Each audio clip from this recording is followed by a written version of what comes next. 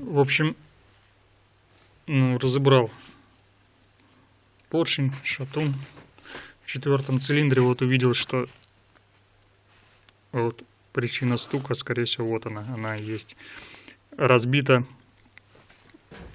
даже не разбита, а разжевана втулка шатуна верхняя. Вот, будем перевтулить. Вот она так стучала.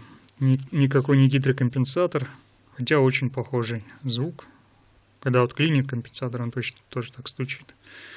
Вот. Сейчас буду снимать остальные, вынимать поршни. А, вот еще эти обломки летели, между поршнем попадали и стенками цилиндра, вот видно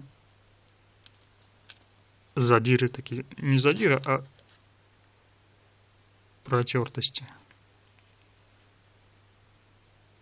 Вот такие вот. Вот. Ну, дальше разберу, покажу, что там в остальных. Потом в следующем видео посмотрим, как там собирать это все будем и что там будет.